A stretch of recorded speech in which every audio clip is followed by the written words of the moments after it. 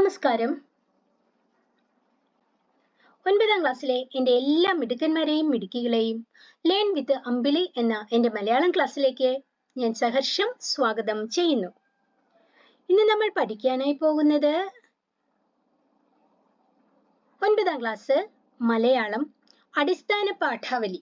അതിൽ യൂണിറ്റ് 1 നടക്കും തോറും തെളിയും വഴികൾ. ഇതിൽ ഉൾപ്പെടുന്ന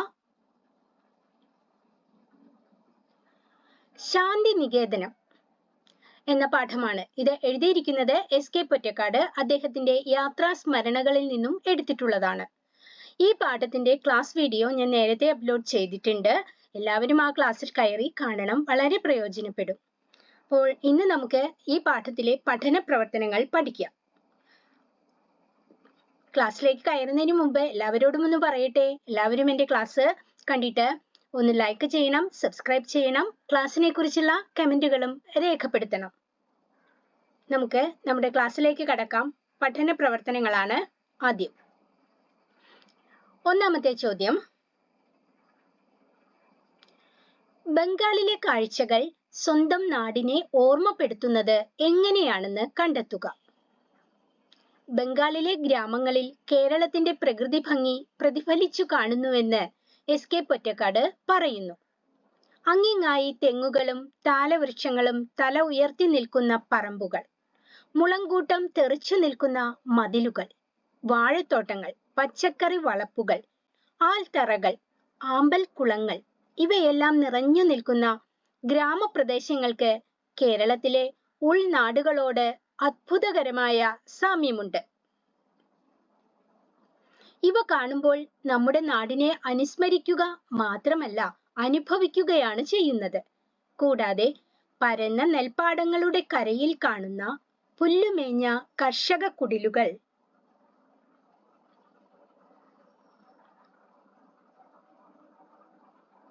മലയാളക്കരയിൽ നിന്നും ഇറക്കുമതി ചെയ്തതാണോ എന്ന് അദ്ദേഹത്തിന് തോന്നുന്നതിന് കാരണം ഇത്തരം പുല്ലുമാടങ്ങൾ കേരളത്തിലും ബംഗാളിലുമല്ലാതെ ഇന്ത്യയിൽ മറ്റൊരിടത്തും കാണുകയില്ല എന്നതിനാലാണ്. ബംഗാളിലെ ഇത്തരം കാഴ്ചകളാണ് യാത്രികന് സ്വന്തം നാടായ കേരളത്തെ ഓർമ്മയിൽ കൊണ്ടുവരുന്നത്.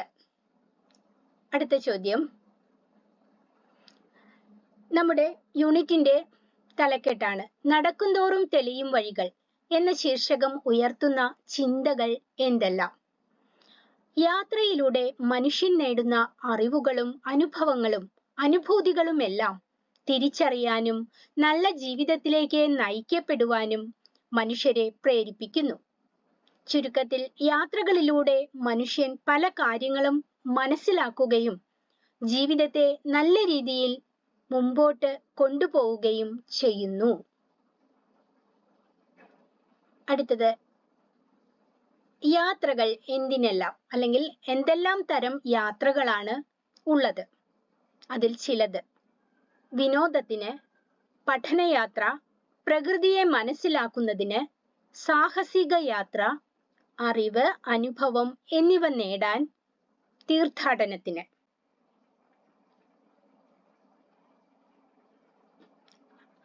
അടുത്ത ചോദ്യത്തിലേക്കൊന്ന് പോയാലോ?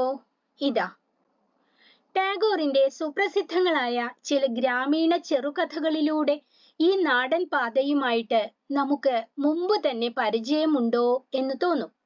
നാടൻ പാതയുടെ വിവരണം എഴുതുക.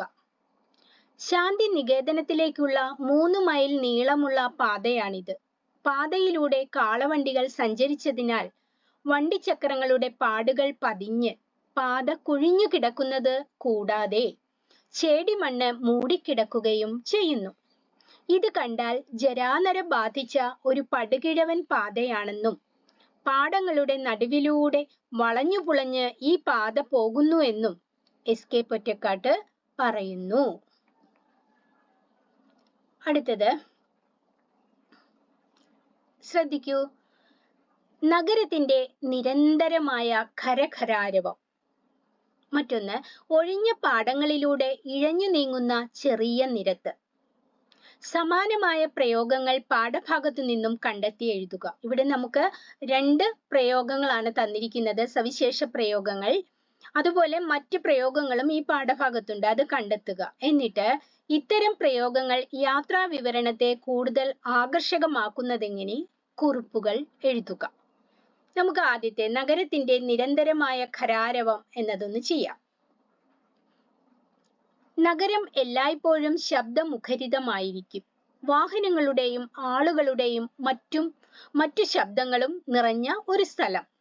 നഗരത്തിന്റെ ഇത്തരം അവസ്ഥ സൂചിപ്പിക്കാനാണ് നിരന്തരമായ ഖരഖരാരവം എന്ന പ്രയോഗം കൊണ്ട് അർത്ഥമാക്കുന്നത്. അടുത്തത്,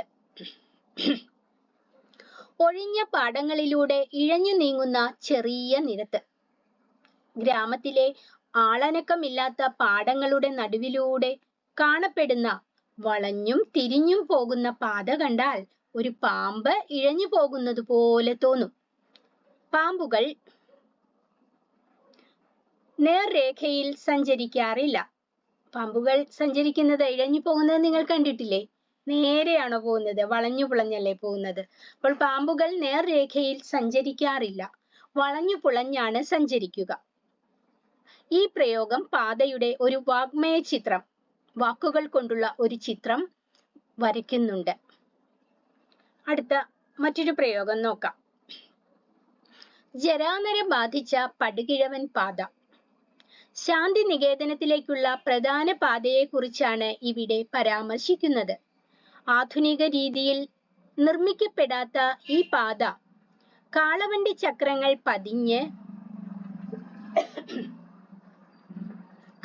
ചക്രങ്ങൾ പതിഞ്ഞ് കുഴിഞ്ഞും ചേടിമണ്ണ് നിറഞ്ഞും കാണപ്പെടുന്നു. ജരാനര ബാധിച്ച എന്ന പ്രയോഗത്തിലൂടെ വാർദ്ധക്യമെത്തിയ അവസ്ഥയിൽ പഴയ ഒരു പാതയാണെന്നും അർത്ഥമാക്കുന്നു. മറ്റൊന്ന്, കറുത്ത പുള്ളികൾ പോലെ തോന്നുന്ന പുല്ലുമാടങ്ങൾ. ശാന്തി നികേതനത്തിലേക്കുള്ള പാതയുടെ ഇരുവശവും കണ്ണെത്താത്ത ദൂരത്തോളം നെൽപ്പാടങ്ങളാണ്. ഈ നെൽപ്പാടങ്ങളിൽ അവിടവിടെയായി ചെറിയ പുല്ലുമാടങ്ങൾ കാണപ്പെടുന്നു. ദൂരെ നിന്ന് നോക്കുമ്പോൾ ഈ മാടങ്ങൾ കറുത്ത പുള്ളികൾ പോലെ തോന്നും. പുല്ലുമാടങ്ങളും നെൽവയലുകളുടെയും ഒരു മനോഹര ചിത്രം വായനക്കാരന്റെ മനസ്സിൽ രൂപപ്പെടുത്താൻ ഈ പ്രയോഗം മൂലം സാധിക്കുന്നു. അടുത്തത്, പ്രശാന്തമൂകമായ ഒരു കുശല പ്രശ്നം. നഗരത്തിന്റെ ശബ്ദ കോലാഹലങ്ങളില്ലാത്ത ശാന്തത നിറഞ്ഞ ഉൾനാട്ടിൽ എത്തിച്ചേർന്നപ്പോൾ മനസ്സിനുണ്ടായ നിർവൃതി വ്യക്തമാക്കുകയാണ് ഈ പ്രയോഗം.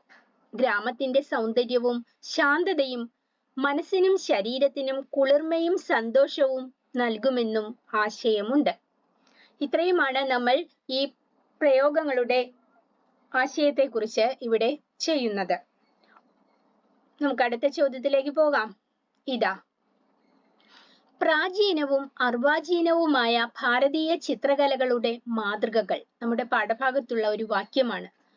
അടിവരയിട്ട പദങ്ങളുടെ അർത്ഥവ്യത്യാസം എന്ത്? ഞാനിവിടെ അടിവരയിടാൻ മറന്നു, ക്ഷമിക്കുക. പ്രാചീനം, അർവാചീനം, ഇതാണ് കേട്ടോ അടിവര. അതിന്റെ അർത്ഥവ്യത്യാസം എഴുതാനാണ് ആവശ്യപ്പെട്ടിരിക്കുന്നത്. അർത്ഥവ്യത്യാസം: പ്രാചീനം പഴയത്, അർവാചീനം പുതിയത്. അടുത്തത് ഒരു വൺ വേർഡ് ചോദ്യമാകാം, നമ്മുടെ പ്രവേശകവുമായി ബന്ധപ്പെട്ടതാണ്. സുജാത ദേവിയുടെ യാത്രാ വിവരണ കൃതി ഏത്? കാടുകളുടെ താളം തേടി. യാത്രയിൽ കൊണ്ട വെയിൽ തിരികെ എത്തുമ്പോൾ കനലാകുന്നു എന്നതുകൊണ്ട് ഉദ്ദേശിക്കുന്നത് എന്താണ്? യാത്രയിലെ അനുഭവങ്ങളുടെ തീഷ്ണത. അടുത്തത്, അറിവിന്റെയും അനുഭൂതിയുടെയും ഈ നീരൊഴുക്ക് ഉറവ പൊട്ടി തുളുമ്പിയത് കെട്ടി നിർത്താനുള്ളതല്ലെന്നും ഞാൻ അറിയുന്നു. അടിവരയിട്ട പദങ്ങളുടെ അർത്ഥതലം വ്യക്തമാക്കുക. വീണ്ടും ഒരു സോറി, ഇവിടെ അടിവര ഇടാൻ മറന്നു, അതിനാണ് കേട്ടോ. അടിവര, ഉറവ പൊട്ടി തുളുമ്പിയത്. ഒന്ന് വരച്ചോ നിങ്ങൾ എല്ലാവരും. ഉറവ പൊട്ടി തുളുമ്പിയത്, മറ്റൊന്ന് കെട്ടി നിർത്താനുള്ളതല്ല. ഇങ്ങനെ രണ്ട് വാക്കുകൾ. ഒന്ന് ഉറവ പൊട്ടി തുളുമ്പിയത്, മറ്റേത് കെട്ടി നിർത്താനുള്ളതല്ല. ഇതിന്റെ ഈ വാക്കുകളുടെ അർത്ഥതലമാണ് നമ്മളോട് ആവശ്യപ്പെട്ടിരിക്കുന്നത്. ഉറവ പൊട്ടി തുളുമ്പുക എന്നാൽ ആരംഭം കുറിക്കുക അല്ലെങ്കിൽ തുടക്കം കുറിക്കുക എന്നൊക്കെയാണ് അർത്ഥം. കെട്ടി നിർത്താനുള്ളതല്ല എന്നതിന്റെ അർത്ഥം അവസാനിപ്പിക്കാനുള്ളതല്ല എന്നതാണ്. ഇവിടെ ഈ പദപ്രയോഗങ്ങൾ എന്തിനാണ് പ്രയോഗിച്ചിരിക്കുന്നത്? മറ്റൊന്നിനുമല്ല, യാത്രകൾ ഇനിയും തുടരണം എന്നാണ്. ഇവിടെ നമ്മുടെ യാത്രിക സുജാത ദേവി ഹിമാലയൻ യാത്രയെക്കുറിച്ച് വർണ്ണിച്ചു കഴിഞ്ഞപ്പോൾ പറയുന്നതാണ്, ഇനിയും ഇനിയും യാത്രകൾ തുടരണം. അത് തുടക്കമാണ്, അത് കെട്ടി നിർത്താനുള്ളതല്ല എന്നർത്ഥം. ഇനി യാത്രകൾ എഴുത്തിന് പ്രചോദനം നൽകുന്നുണ്ട് എന്ന് സുജാത ദേവി സൂചിപ്പിക്കുന്നതിന് 2 കാരണങ്ങൾ എഴുതുക. യാത്രയിൽ അന്യരായ മനുഷ്യരുമായി ഇടപഴകിയപ്പോൾ അവരുടെ ജീവിതാനുഭവങ്ങൾ മനസ്സിലാക്കാൻ സാധിക്കുകയും അവ സ്വന്തം അനുഭവങ്ങളായി മാറുകയും ചെയ്തതും, കാട്ടിലൂടെയുള്ള യാത്ര നൽകിയ ഐന്ദ്രിയാനുഭൂതികൾ ഉള്ളിൽ നിറഞ്ഞു വിങ്ങുന്നതും തനിക്ക് എഴുതാൻ പ്രചോദനം നൽകുന്നുവെന്ന് സുജാത ദേവി പറയുന്നു. അടുത്തത്, ഇക്കോളജിയെക്കാളും സോഷ്യോളജിയെക്കാളും പരുക്കൻ ജീവിത പാഠങ്ങളാണ് ഞാൻ നന്നായി പഠിച്ചതെന്ന് തോന്നുന്നു. സുജാത ദേവി തന്റെ യാത്രയെ ഇങ്ങനെ വിലയിരുത്തിയതിന്റെ പൊരുളെന്ത്? ഈ ചോദ്യങ്ങളെല്ലാം നമ്മുടെ പ്രവേശകത്തിലെ ആ കത്തുണ്ടല്ലോ സുജാത ദേവിയുടെ, ആ കത്തിനെ ആസ്പദമാക്കിയിട്ടുള്ളതാണ്. ഇതിന്റെ ഉത്തരം ഒന്ന് നോക്കാം. ഇക്കോളജി എന്നാൽ പരിസ്ഥിതി പഠനവും സോഷ്യോളജി എന്നാൽ സാമൂഹ്യ ശാസ്ത്ര പഠനവുമാണ്. ഇവ രണ്ടും പുസ്തകങ്ങളിൽ നിന്നും പഠിക്കുന്നതിനേക്കാൾ യാത്രയിലെ നേരിട്ടുള്ള അനുഭവങ്ങളിൽ നിന്നും കൂടുതലായിട്ട് നേടാൻ കഴിയുന്നു. ഏതൊരു കാര്യവും വായിച്ചു പഠിക്കുന്നതിനേക്കാൾ നേരിട്ട് കണ്ടും കേട്ടും അനുഭവിച്ചും അറിയുമ്പോഴാണ് കൂടുതൽ വ്യക്തതയുണ്ടാവുന്നത് എന്നർത്ഥം. മറ്റൊരു ചോദ്യം, ഹിമാലയം യാത്രയെ നിധികുംഭങ്ങൾ പോലെയാണ് സുജാത ദേവി കാണുന്നത്. വിശകലന കുറിപ്പ് തയ്യാറാക്കുക. നിധികുംഭങ്ങൾ വിശിഷ്ടവും വിലയേറിയതുമാണ്.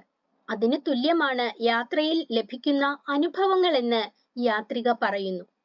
യാത്രയിൽ പലതരം ആളുകളെ കാണാനും പരിചയപ്പെടാനും സാധിക്കുന്നതിലൂടെ വ്യത്യസ്ത ജീവിതങ്ങൾ അനുഭവിക്കാനും മനസ്സിലാക്കാനും കഴിയുന്നു.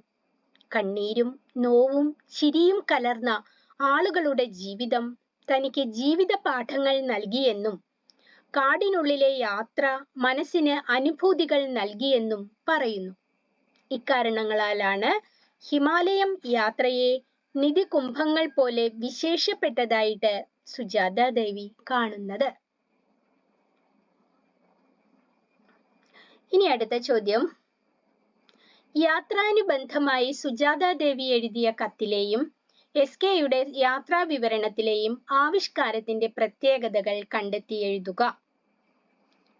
ഹിമാലയൻ യാത്രാനുഭവം ഒരു കത്തിന്റെ രൂപത്തിൽ സുജാത ദേവി നമുക്ക് നൽകുന്നു. 2 മാസത്തെ ഹിമാലയൻ യാത്രയ്ക്ക് ശേഷം എഴുതിയ ഈ കത്തിൽ യാത്രയിൽ നിന്നും ലഭിച്ച അനുഭവങ്ങൾ ജീവിത പാഠങ്ങളായി എന്ന് പറയുന്നു. വ്യക്തിപരമായ യാത്രാനുഭവങ്ങളാണ് കത്തിലുള്ളത്. യാത്ര തന്റെ ജീവിതത്തെ മാറ്റിമറിച്ചു എന്നും സുജാത ദേവി പറയുന്നു. എസ്കെ എന്താണ് പറയുന്നതെന്ന് നമുക്കൊന്ന് നോക്കാം. എസ്കെ പൊറ്റക്കാടിന്റെ യാത്രാ വിവരണം ശാന്തിനികേതനത്തെ പരിചയപ്പെടാനുള്ള ഒരു യാത്രയാണ്. വ്യക്തിപരമായ അനുഭവങ്ങൾക്കല്ല യാത്രികൻ പ്രാധാന്യം നൽകുന്നത്.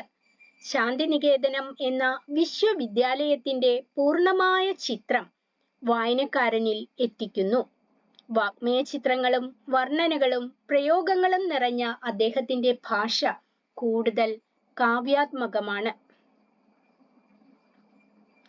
സുജാത ദേവിയുടെയും എസ്കെ പൊറ്റക്കാടിന്റെയും യാത്രാ വിവരണമാണെങ്കിലും ആവിഷ്കാര രീതി വ്യത്യസ്തമാണ്. സുജാത ദേവിയുടെ യാത്രാനുഭവങ്ങൾ യാത്രിക മാത്രം അനുഭവിക്കുമ്പോൾ എസ്കെയുടേത് വായിക്കുന്നവരെല്ലാം അനുഭവിക്കുന്നു. അദ്ദേഹം യാത്ര നടത്തിയ സ്ഥലത്തേക്ക് വായനക്കാരെയും കൊണ്ടുപോകുന്നു. അടുത്ത ചോദ്യം, പുല്ലുമേഞ്ഞ കുറെ കുടിലുകളുടെയും മാന്തോപ്പുകളുടെയും മധ്യേ ഒരു വിശ്വവിദ്യാലയം. കലാഭവനം, സംഗീത ഭവനം, ഗ്രാമീണ പുനരുദ്ധാരണ കേന്ദ്രം. ശാന്തിനികേതനത്തിലെ വിദ്യാഭ്യാസ രീതികളുടെ ചില പ്രത്യേകതകളാണിവ. ഇതിനെക്കുറിച്ചുള്ള നിങ്ങളുടെ നിരീക്ഷണങ്ങൾ അവതരിപ്പിക്കുക.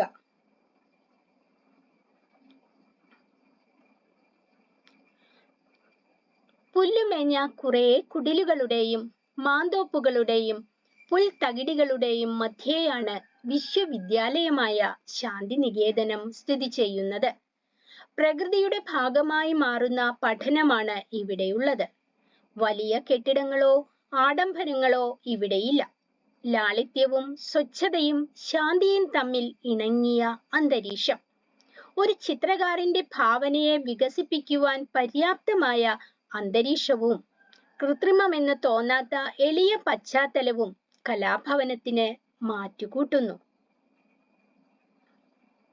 സംഗീത ഭവനത്തിൽ സംഗീത നൃത്യങ്ങളിൽ അഭ്യസനം നൽകി വരുന്നു. സാമൂഹ്യ ചുറ്റുപാടുകളെ അറിയാനും പഠിക്കാനും സാമൂഹ്യ പ്രവർത്തനങ്ങൾ ചെയ്യാനും പരിശീലിപ്പിക്കുകയാണ് ശ്രീനികേതനത്തിൽ.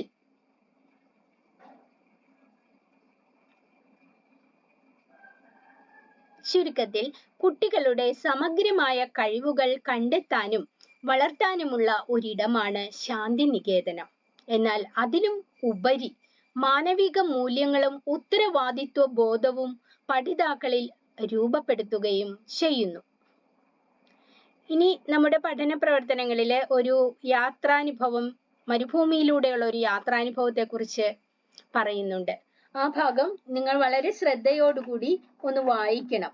അതായത് മരുഭൂമിയുടെ ആത്മകഥ ബി മുസഫർ അഹമ്മദ് എഴുതിയതാണ്. അദ്ദേഹത്തിന്റെ യാത്രാനുഭവത്തിലെ ഒരു ചെറിയ ഭാഗമാണ്. രസകരമായ ഭാഗം. ഒന്ന് ശ്രദ്ധയോടെ എല്ലാവരും ഒന്ന് വായിക്കുക കേട്ടോ. അപ്പോൾ അതിൽ നിന്നും വരുന്ന ഒരു ചോദ്യം: ഒട്ടകങ്ങളും ആട്ടിൻപറ്റങ്ങളും അവയെ തെളിച്ചുകൊണ്ടു പോകുന്നവരും നിഴലുകളായി മാറും. കാഴ്ചകളെ ദൃശ്യാനുഭവമാക്കി മാറ്റുന്ന അവതരണമാണ് മരുഭൂമിയുടെ ആത്മകഥ എന്ന യാത്രാക്കുറിപ്പിൽ. മറ്റ് സന്ദർഭങ്ങൾ കൂടി കണ്ടെത്തി എഴുതുക. നമുക്ക് നോക്കാം അതിലെ ആ മനോഹരമായ ദൃശ്യാനുഭവം. യാത്രികൻ അനന്തമായ മണൽപ്പരപ്പിൽ ഉന്മാദിയെപ്പോലെ നടക്കുന്നതിനിടയിലായിരിക്കും പെട്ടെന്ന് ഇരുട്ടിന്റെ പരശതം കമ്പളങ്ങൾ പുതപ്പിച്ച് സൂര്യൻ പിൻവാങ്ങുക. മറ്റൊന്ന്, സൂര്യൻ അസ്തമിക്കുന്നതിന് തൊട്ടു മുമ്പായി അസ്തമയ രശ്മികൾ മണൽപ്പരപ്പിൽ അസംഖ്യം പതാകകൾ തീർക്കും. നിഴലുകൾ കെട്ടുപിണയുമ്പോൾ പതാകകൾ ഏന്തിയ അസംഖ്യം മനുഷ്യമുഷ്ടികൾ ഉയർന്നു വരികയാണെന്ന് തോന്നും. ഇതാ വേറൊരു ചോദ്യത്തിലേക്ക് കടക്കാം. ഇവിടെ 2 വാക്യങ്ങളാണ് നമുക്ക് നൽകിയിരിക്കുന്നത്. നീ ഇവിടെ എത്തിയിട്ട് എത്ര നാളായി? വീണ്ടും അതേ വാക്യം, നീ ഇവിടെ എത്തിയിട്ട് എത്ര നാളായി? പക്ഷേ ഇവിടെ ഒരു വ്യത്യാസം. ആദ്യത്തെ വാചകത്തിൽ അവസാനം നൽകിയിരിക്കുന്ന ചിഹ്നം അതൊരു ആശ്ചര്യ ചിഹ്നമാണ്, ഒരു വരയും ഒരു കുത്തും. രണ്ടാമത്തേതിൽ ഒരു ചോദ്യചിഹ്നമാണ്. ഇവിടെ വരുന്ന അർത്ഥവ്യത്യാസം എന്താണെന്നാണ് നമ്മൾ കാണേണ്ടത്. ആദ്യത്തെ വാക്യം അതില് ആശ്ചര്യചിഹ്നമാണല്ലോ. അപ്പോൾ നീ ഇവിടെ എത്തിയിട്ട് വളരെയധികം നാളുകളായി എന്ന ഒരു ഭാവമാണ് അവിടെ കാണുന്നത്. നീ ഇവിടെ എത്തിയിട്ട് എത്ര നാളായി എന്ന് പറയും. ഇത് വളരെയധികം നാളുകളായി ആശ്ചര്യത്തോടെ ചോദിക്കുന്നു. എന്നാൽ രണ്ടാമത്തെ വാക്യത്തിൽ വരുന്നത് നീ എത്ര നാളായി ഇവിടെ എത്തിയിട്ട്, സ്ഥലത്തെത്തിയിട്ട് എത്ര നാളായി എന്ന അർത്ഥത്തിൽ. അപ്പോൾ എങ്ങനെ ചോദിക്കുക? നീ ഇവിടെ എത്തിയിട്ട് എത്ര നാളായി? അപ്പൊ പറയും ഞാൻ 1 വർഷമായി അല്ലെങ്കിൽ 1 മാസമായി. അവിടെ ചോദ്യമാണ്. അതാണ് അവിടെ വരുന്ന വ്യത്യാസം, ആശ്ചര്യചിഹ്നവും ചോദ്യചിഹ്നവും. ഇനി നമുക്ക് മറ്റൊരു ഉദാഹരണം നോക്കാം. ഇതെല്ലാം തന്നെ ശാന്തിനികേതനം. ഇതെല്ലാം തന്നെ ശാന്തിനികേതനം. അവിടെ ആദ്യത്തെ വാചകത്തില് ആശ്ചര്യചിഹ്നം, രണ്ടാമത്തേതില് ഒരു ഫുൾ സ്റ്റോപ്പ്, ഒരു കുത്ത്. അപ്പോ ഇതെല്ലാം തന്നെ ശാന്തിനികേതനം. ആശ്ചര്യത്തോടെ ചോദിക്കുകയാണ്, ഇതെല്ലാം തന്നെ ശാന്തിനികേതനം എന്ന് പറയുന്നു. അപ്പോൾ അവിടെ ആശ്ചര്യം വരുന്നു. രണ്ടാമത്തേതിലെ വാക്യം അവസാനിച്ചു എന്ന് കാണിക്കാനാണ്. ഇതെല്ലാം തന്നെ ശാന്തിനികേതനം, അവിടെ ആ വാക്യം അവസാനിക്കുകയാണ് എന്ന് കാണിക്കാൻ നമ്മളൊരു ഫുൾ സ്റ്റോപ്പ്, ഒരു കുത്തിടുന്നു. ചിഹ്നങ്ങളെ കുറിച്ചുള്ള പഠനമാണ് അവിടെ വ്യക്തമാക്കുന്നത്. അടുത്തത്, വിവിധ യാത്രാനുഭവങ്ങൾ പരിചയപ്പെട്ടല്ലോ. നിങ്ങൾ നടത്തിയ ഒരു യാത്രയെക്കുറിച്ച് ഒരു വിവരണം തയ്യാറാക്കുക. അപ്പോൾ നമ്മളെല്ലാവരും യാത്രകൾ ഇഷ്ടപ്പെടുന്നവരാണ്. തീർച്ചയായിട്ടും നിങ്ങളും അതുപോലെ പല യാത്രകൾ ചെയ്തിട്ടുണ്ടാകാം, പല സ്ഥലങ്ങളിലേക്ക്. വീട്ടിലുള്ള അച്ഛന്റെയും അമ്മയുടെയും അല്ലെങ്കിൽ അങ്ങനെ വേണ്ടപ്പെട്ട ആളുകളുടെ കൂടെയൊക്കെ നിങ്ങൾ യാത്ര പുറപ്പെട്ടിട്ടുണ്ടാകാം, യാത്ര പോയിട്ടുണ്ടാകാം. അപ്പോൾ അങ്ങനെ പോയ ഏതെങ്കിലും ഒരു യാത്രയെക്കുറിച്ച് ഒരു വിവരണം നിങ്ങൾക്ക് തയ്യാറാക്കാൻ സാധിക്കുമല്ലോ. സാധിക്കും. ഞാനിപ്പോൾ ഒരു മാതൃക കാണിച്ചു തരാം. ഏകദേശം രാവിലെ 7 മണിയോടെ സേലം റെയിൽവേ സ്റ്റേഷനിൽ എത്തിയ ഞങ്ങൾ അവിടെ നിന്നും ഒരു മിനി ബസ്സിൽ ഹൊഗനക്കലിലേക്ക് യാത്ര പുറപ്പെട്ടു. തമിഴ്നാട്ടിലെ ഒരു സ്ഥലമാണ് ഹൊഗനക്കൽ. 2 മണിക്കൂർ നീണ്ട യാത്ര. റോഡിനിരുവശവും തരിശുഭൂമിയാണ് കൂടുതലായും കണ്ടത്. ബസ് ഹൊഗനക്കൽ എന്ന ചെറിയ ടൗണിൽ എത്തി. ബസ്സിൽ നിന്നിറങ്ങിയ ഞങ്ങൾ നല്ല ക്ഷീണിതരായിരുന്നു. ഭക്ഷണം കഴിച്ച് അല്പസമയം വിശ്രമിച്ച ശേഷം കാവേരി നദി ലക്ഷ്യമാക്കി നടന്നു.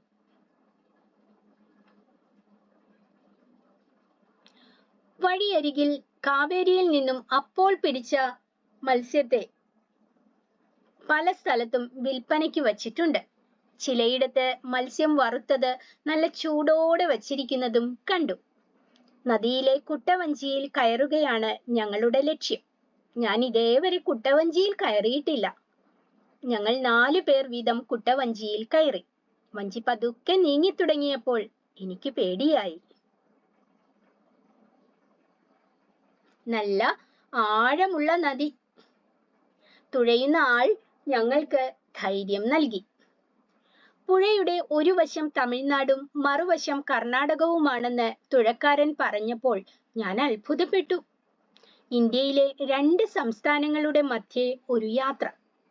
നദിയുടെ തീരങ്ങളിലെ പാറകൾ വിചിത്രങ്ങളായ പല രൂപങ്ങൾ പോലെ എനിക്ക് തോന്നി. കുട്ടവെള്ളം ഒരു വെള്ളച്ചാട്ടത്തിന്റെ ചുവട്ടിൽ നിർത്തിയപ്പോൾ ഞങ്ങളെല്ലാം കുളിച്ചതുപോലെയായി. കുഞ്ഞു കുഞ്ഞു മത്സ്യങ്ങൾ ആ വെള്ളത്തിൽ ചിതറിത്തെറിക്കുന്ന കാഴ്ച നയനാനന്ദകരമായിരുന്നു.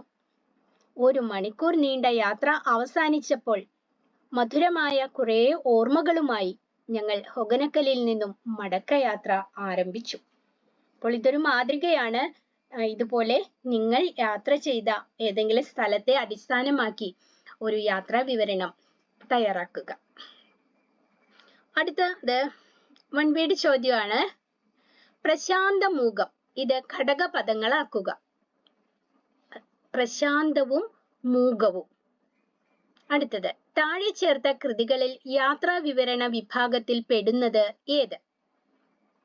ഇവിടെ നമുക്ക് 4 ഉത്തരങ്ങൾ തന്നിട്ടുണ്ട്. അതിൽ ഒരെണ്ണമായിരിക്കും ശരിയായ ഉത്തരം. ഒരു ദേശത്തിന്റെ കഥ, പുള്ളിമാൻ, ബാലിദ്വീപ്, ഒരു തെരുവിന്റെ കഥ. ഇതെല്ലാം എഴുതിയിരിക്കുന്നത് എസ്.കെ. പൊറ്റക്കാടാണ്. പക്ഷെ ഇതിൽ ഒരെണ്ണം മാത്രമേ യാത്രാ വിവരണ ഗ്രന്ഥമുള്ളൂ. അത് ബാലിദ്വീപ് ആണ്. അടുത്ത ചോദ്യം, നഗരത്തിന്റെ നിരന്തരമായ ഖരഖരാരവത്തിൽ നിന്ന് തെല്ലിട നിർവൃതി. ഖരഖരാരവം എന്ന ശബ്ദം അർത്ഥമാക്കുന്നത് എന്ത്? ഖരഖര ശബ്ദം, പരിക്കൻ ശബ്ദം, ഖരവും അഖരവുമായ ശബ്ദം. ഏതാണ് അതിൽ ശരി ഉത്തരം? പരുക്കൻ ശബ്ദം. ജരാനര ബാധിച്ച ആ പടുകിഴവൻ പാത, ഈ വിശേഷണങ്ങൾ സൂചിപ്പിക്കുന്നത് എന്താണ്? ജരാനര ബാധിച്ച പടുകിഴവൻ പാത എന്ന് പറയുമ്പോൾ പാതയുടെ കാലപ്പഴക്കം അതാണ് സൂചിപ്പിക്കുന്നത്. അടുത്ത ചോദ്യം, ജരാനര എന്ന പദത്തിലെ ജര എന്ന പദം അർത്ഥമാക്കുന്നത് എന്ത്? തൊലിപ്പുറത്തെ ചുളിവ്. വാർദ്ധക്യം എത്തുമ്പോൾ നമ്മുടെ മുടിയെല്ലാം വെളുക്കും, അതാണ് നര. നമ്മുടെ ശരീരത്തിലെ സ്കിൻ, തൊലി, ത്വക്ക് അത് ആകെ ചുളുങ്ങി അങ്ങനെ വരും. അതിനെയാണ് ജര എന്ന് പറയുന്നത്, തൊലിപ്പുറത്തെ ചുളിവ്. മലയാളക്കരയിൽ നിന്നും ഇറക്കുമതി ചെയ്തതാണോ എന്ന് എസ്.കെ. പൊറ്റക്കാടിന് തോന്നിയ കാഴ്ചയെന്ത്? നെൽപ്പാടങ്ങളുടെ കരയിലെ പുല്ലുമേഞ്ഞ കുടിലുകൾ. അതാണ് മലയാളക്കരയിൽ നിന്ന് ഇറക്കുമതി ചെയ്തതായിട്ട് അദ്ദേഹത്തിന് തോന്നിയത്. മറ്റൊരു ചോദ്യം, ശാന്തി നികേതനത്തിലേക്കുള്ള വഴി ഏതാണ്? ഇതിൽ നിഴലിക്കുന്ന ഭാവം എന്ത്? നമ്മുടെ യാത്രികൻ എസ് കെ പൊറ്റക്കാട് നടന്ന് അങ്ങനെ ചെന്നിട്ട് വഴി അവസാനിച്ചു പിന്നെ അങ്ങോട്ടും ഇങ്ങോട്ടും ഒന്നും ഒരു വഴിയില്ല. അപ്പോൾ വഴി കാണാതിരിക്കുന്നു. ആ ഒരു ഇതാണ്, വഴിയില്ല അവിടെ. അതുകൊണ്ട് അദ്ദേഹത്തിന്റെ മുഖത്ത് വന്ന ഭാവം അത്ഭുതമാണ്. അടുത്ത ചോദ്യം, where the mind is without fear എന്ന് തുടങ്ങുന്ന വരികൾ വളരെ പ്രശസ്തമായ വരികളാണ്. ഞാൻ ക്ലാസ് എടുത്തപ്പോൾ അതിൽ കുറച്ച് വരികൾ മലയാളത്തിലുള്ളത് ചൊല്ലുകയുണ്ടായി. അപ്പോൾ ഈ വരികൾ ടാഗോറിന്റെ ഏത് കൃതിയിൽ നിന്നും എടുത്തതാണ്? ഗീതാഞ്ജലി. ടാഗോറിന് നോബൽ സമ്മാനം നേടിക്കൊടുത്ത കവിതാ സമാഹാരമാണ് ഗീതാഞ്ജലി. ശാന്തി നികേതനിൽ എത്തിയിട്ടും ആ സർവകലാശാല എവിടെയെന്ന് എസ് കെ പൊറ്റക്കാട്ട് സംശയിക്കാനുള്ള കാരണങ്ങൾ എന്തെല്ലാം? ശാന്തി നികേതനം എന്ന വിശ്വവിദ്യാലയത്തിന് വലിയ കെട്ടിടങ്ങളില്ല. സർവകലാശാലയുടെ നാമധേയം വലിയ ലിപികളിൽ എഴുതിവെച്ച പ്രവേശന കവാടം ഇല്ല. അതിർത്തി നിർണയിക്കുന്ന ഭിത്തികളില്ല. ആകെയുള്ളത് കുറെ കുടിലുകൾ മാത്രമാണ്. പുല്ലുമേഞ്ഞ കുടിലുകളുടെയും മാന്തോപ്പുകളുടെയും പുൽത്തകിടികളുടെയും മധ്യേ ഒരു വിശ്വവിദ്യാലയം സ്ഥിതി ചെയ്യുന്നു എന്ന് വിശ്വസിക്കാൻ അദ്ദേഹത്തിന് സാധിച്ചില്ല. അടുത്ത ചോദ്യത്തിലേക്ക് പോവാൻ നമുക്ക്. ഇതാ, പിന്നെ എന്റെ അജ്ഞതയ്ക്ക് ഒരു പുഞ്ചിരി സമ്മാനിച്ചുകൊണ്ട് എസ് കെ പൊറ്റക്കാട് കണ്ടുമുട്ടിയ ആ നാട്ടുകാരന്റെ പുഞ്ചിരിയിൽ തെളിയുന്നത് എന്തെല്ലാമാണ്? ഒരു ബംഗാളിയോട് വഴി ചോദിക്കുന്നുണ്ടല്ലോ, അതാണ്. ഉത്തരത്തിലേക്ക് പോകാം. ശാന്തി നികേതനത്തിലേക്ക് പുറപ്പെട്ട എസ് കെ പൊറ്റക്കാട് വഴി കാണാതെ വിഷമിച്ച സാഹചര്യത്തിൽ അവിടെ ഒരു ബംഗാളിയോട് ശാന്തി നികേതനത്തിലേക്ക് പോകാനുള്ള വഴി ഏതാണെന്ന് ചോദിച്ചു. യാത്രികനെ സംശയത്തോടെ നോക്കിയ ബംഗാളി ഒന്ന് പുഞ്ചിരിച്ചുകൊണ്ട് 4 പാടും ചൂണ്ടിക്കാണിച്ചു. ഇതെല്ലാമാണ് ശാന്തി നികേതനം എന്ന് പറഞ്ഞു. ആ നാട്ടിൽ ശാന്തി നികേതനം അറിയാത്തവരില്ല. യഥാർത്ഥത്തിൽ യാത്രികൻ നിൽക്കുന്നത് ശാന്തി നികേതനിൽ ആയിരുന്നെങ്കിലും ആ വിദ്യാലയത്തെക്കുറിച്ചുള്ള അദ്ദേഹത്തിന്റെ അജ്ഞത അറിവില്ലായ്മ അജ്ഞതയെക്കുറിച്ച് ചിന്തിച്ചിട്ടാണ് ആ ബംഗാളി പുഞ്ചിരിച്ചത്. അടുത്ത ചോദ്യം, ബനാറസ് ഹിന്ദു സർവകലാശാലയെ എസ് കെ പൊറ്റക്കാട് അവതരിപ്പിക്കുന്നത് എങ്ങനെ? കണ്ണഞ്ചിക്കുന്ന റോസ് വർണ്ണത്തിലുള്ള വലിയ കെട്ടിടങ്ങളും സർവകലാശാലയുടെ നാമധേയം വലിയ അക്ഷരങ്ങളിൽ എഴുതിവെച്ച വലിയ പ്രവേശന കവാടവുമുള്ള ബനാറസ് ഹിന്ദു യൂണിവേഴ്സിറ്റി ഇന്ത്യയിലെ വിശ്വവിഖ്യാതമായ ഒരു കലാകേന്ദ്രമാണ്. മറ്റൊരു ചോദ്യം, എസ് കെ പൊറ്റക്കാടിന്റെ യാത്രാ വിവരണത്തിലെ 2 പ്രത്യേകതകൾ കണ്ടെത്തി എഴുതുക. 1. എസ് കെയുടെ യാത്രാ വിവരണങ്ങളിൽ കേരളീയത കാണാൻ സാധിക്കും. ഏത് കൃതി എടുത്താലും ഏത് സ്ഥലത്തെക്കുറിച്ച് വർണ്ണിക്കുമ്പോഴും അവിടെ നമ്മുടെ കൊച്ചു കേരളം കടന്നു വരാതിരിക്കില്ല. നമ്മുടെ ഈ പാഠഭാഗത്തും അത് കടന്നു വരുന്നുണ്ടല്ലോ. രണ്ടാമത്തേത്, യാത്രികൻ കണ്ട പ്രദേശങ്ങൾ വായനക്കാരനും കണ്ട് അനുഭവിക്കുന്ന പ്രതീതി ഉളവാക്കുന്നു. ഇനി ശാന്തി നികേതനത്തിന് അതിർത്തി നിർണയം ചെയ്യുന്ന ഭിത്തികൾ പോലുമില്ല. ടാഗോറിന്റെ സർവകലാശാല സങ്കല്പത്തിന്റെ പൊരുൾ വ്യക്തമാക്കുക. അതിർത്തികൾ ഇല്ലാത്ത ലോകമാണ് ടാഗോറിന്റെ ജീവിത ദർശനം. വസുധൈവ കുടുംബകം എന്ന ചിന്താഗതിയാണ് ഇവിടെ പ്രകടമാകുന്നത്. വസുധൈവ കുടുംബകം എന്ന് വെച്ചാൽ ഭൂമി എല്ലാവരുടെയും കുടുംബം എന്നർത്ഥം. ആർക്കും എവിടെയും സ്വാതന്ത്ര്യത്തോടെ പ്രവർത്തിക്കാം. ഇത്തരം സാഹചര്യത്തിൽ മനുഷ്യർക്കിടയിൽ വേർതിരിവ് ഉണ്ടാകുകയില്ല. എത്ര വിശ്വം ഭവത്യേകനീടം, സംസ്കൃതത്തിലുള്ള വാക്കുകളാണിത്. ഇതിന്റെ മലയാളമാണ് ലോകം ഒരു പക്ഷിക്കൂടാണ് എന്ന കാഴ്ചപ്പാടാണ് ടാഗോറിനുണ്ടായിരുന്നത്. അതിനാലാണ് വിശ്വവിദ്യാലയമായ ശാന്തി നികേതനത്തിന് അതിർത്തി നിർണയിക്കുന്ന ഭിത്തികൾ സൃഷ്ടിക്കാതിരുന്നത്. ടാഗോർ ശ്രീനികേതനം സ്ഥാപിച്ചതിന്റെ ഉദ്ദേശ്യം വ്യക്തമാക്കുക. തന്റെ നാട്ടുകാരായ ഗ്രാമീണരെ കർമ്മോത്സുകരാക്കുക, ശാന്തിനികേതനത്തിലെ സംസ്കാര കേന്ദ്രത്തെ പുഷ്ടിപ്പെടുത്തുക, കഷ്ടപ്പെടുന്ന നാട്ടുകാരുടെ ദുരിതങ്ങൾക്ക് പരിഹാരം കണ്ടെത്തുക, അവരിൽ ഉത്കൃഷ്ടമായ ദേശീയ ആദർശം പണിയുക. ഇവയെല്ലാമാണ് ശ്രീനികേതനം സ്ഥാപിച്ചതിന്റെ ഉദ്ദേശ്യങ്ങൾ. ഇനി നമുക്ക് വിശ്വമഹാകവി ടാഗോറിന്റെ, അവിടെ ഒരു അക്ഷരത്തെറ്റ് വന്നു, സദയം ക്ഷമിക്കുക, ടാഗോറിന്റെ എന്നാണ് കേട്ടോ, ലഘു ജീവചരിത്രക്കുറിപ്പ് തയ്യാറാക്കുക. രവീന്ദ്രനാഥ ടാഗോർ പ്രമുഖ ഭാരതീയ കവിയും എഴുത്തുകാരനും ദാർശനികനും സംഗീതജ്ഞനും ചിത്രകാരനുമായിരുന്നു. 1861 മെയ് 7 കൊൽക്കത്തയിൽ ജനിച്ച അദ്ദേഹം 1941 ഓഗസ്റ്റ് 7 അന്തരിച്ചു. അദ്ദേഹത്തിന്റെ ഗീതാഞ്ജലി എന്ന കവിതാ സമാഹാരത്തിന് 1913 സാഹിത്യത്തിനുള്ള നോബൽ സമ്മാനം ലഭിച്ചു. ഈ നേട്ടം കൈവരിച്ച ആദ്യ ഭാരതീയനും ഏഷ്യക്കാരനും അദ്ദേഹമാണ്. നമ്മുടെ ദേശീയ ഗാനമായ ജനഗണമനയുടെ രചയിതാവായ ടാഗോർ വിശ്വമാനവികത, പരിസ്ഥിതി ദർശനം, വിദ്യാഭ്യാസ ദർശനം, കലാദർശനം ഇവയിൽ അധിഷ്ഠിതമായ പ്രവർത്തനങ്ങളാണ് വിശ്വവിദ്യാലയമായ ശാന്തിനികേതന്റെ അടിത്തറയായി സൃഷ്ടിച്ചത്. അടുത്ത ചോദ്യം, വിശ്വഭാരതി സർവകലാശാലയുടെ കലാഭവനത്തിൽ വിദഗ്ധനായ ഒരു കലാകാരന്റെ കൈപ്പാടുകൾ കാണാം എന്ന എസ്.കെയുടെ നിരീക്ഷണത്തിന്റെ പൊരുൾ കണ്ടെത്തി കുറിപ്പ് തയ്യാറാക്കുക. ഉത്തരം: പഴയതും പുതിയതുമായ ഭാരതീയ ചിത്രകലകളുടെ മാതൃകകൾ കാണിക്കുവാൻ വിശ്രുത ചിത്രകാരന്മാരുടെ പ്രധാന ചിത്രങ്ങൾ ചുമരുകളിൽ തൂക്കിയിട്ടിരിക്കുന്നത് കൂടാതെ ചിത്രകലാ പ്രദർശന മുറിയും കലാഭവനത്തിലുണ്ട്. ഇത് ഭാരതീയ ചിത്രകലയെ പരിചയപ്പെടാനും പഠിക്കാനുമുള്ള അവസരം പഠിതാക്കൾക്ക് നൽകുന്നു. ടാഗോർ വരച്ച ചില ചിത്രങ്ങളും കവിതകളും ഉചിതമായ രീതിയിൽ അവിടെ ക്രമീകരിച്ചിട്ടുണ്ട്. ചുരുക്കത്തിൽ ലാളിത്യവും സ്വച്ഛതയും ശാന്തിയും നിറഞ്ഞു നിൽക്കുന്ന ഒരു പർണശാലയാണ് കലാഭവനം. വിശ്വഭാരതിയിലെ ശ്രീനികേതനം ടാഗോറിന്റെ ജീവിത ദർശനത്തിന്റെ നേർ സാക്ഷ്യമാണ്. സ്വാഭിപ്രായം സമർത്ഥിക്കുക.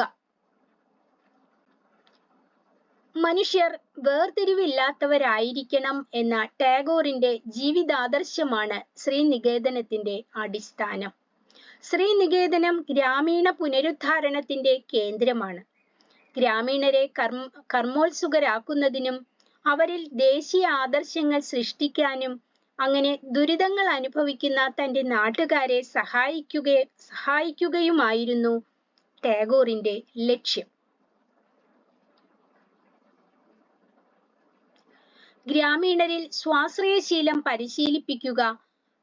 പരിശീലിപ്പിക്കുകയും കൃഷിയിലൂടെ ഗ്രാമീണരുടെ സാമ്പത്തിക സ്ഥിതി മെച്ചപ്പെടുത്തി അവരെ ദാരിദ്ര്യത്തിൽ നിന്നും കഷ്ടപ്പാടുകളിൽ നിന്നും മോചിപ്പിക്കുക എന്നതും ശ്രീനികേതനത്തിന്റെ ലക്ഷ്യങ്ങളായിരുന്നു. അപ്പോൾ നമ്മുടെ ഈ ഒന്നാമത്തെ അടിസ്ഥാന പാഠാവലി 1ാമത്തെ യൂണിറ്റിലെ പ്രവേശകവും അതുപോലെ പാഠമായ ശാന്തിനികേതനവുമായി ബന്ധപ്പെട്ട ഏകദേശം എല്ലാ ചോദ്യങ്ങളും അതിന്റെ ഉത്തരങ്ങളും ഞാൻ ഇവിടെ നൽകിയിട്ടുണ്ട്. ഇത് കൂടാതെ എന്തെങ്കിലും നിങ്ങൾക്ക് സംശയങ്ങൾ ഉണ്ടെങ്കിൽ എന്നോട് കമന്റ് ബോക്സിലൂടെ ചോദിക്കാവുന്നതാണ്. അപ്പോൾ അടുത്ത ക്ലാസ്സിൽ നമുക്ക് അടുത്ത പാഠവുമായിട്ട് വരാം. അതുവരെ നിങ്ങൾക്ക് എല്ലാവർക്കും എൻ്റെ സ്നേഹം നിറഞ്ഞ നന്ദി, നമസ്കാരം.